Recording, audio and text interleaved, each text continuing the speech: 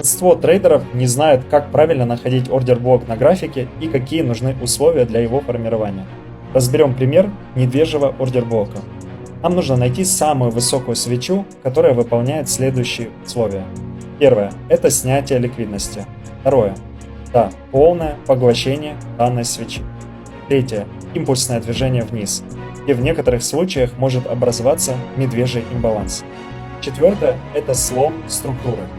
После этого ордерблок становится валидным. При его тесте мы будем открывать позицию в шорт. Стоп можно расположить чуть выше данной зоны. Давайте рассмотрим на реальном графике.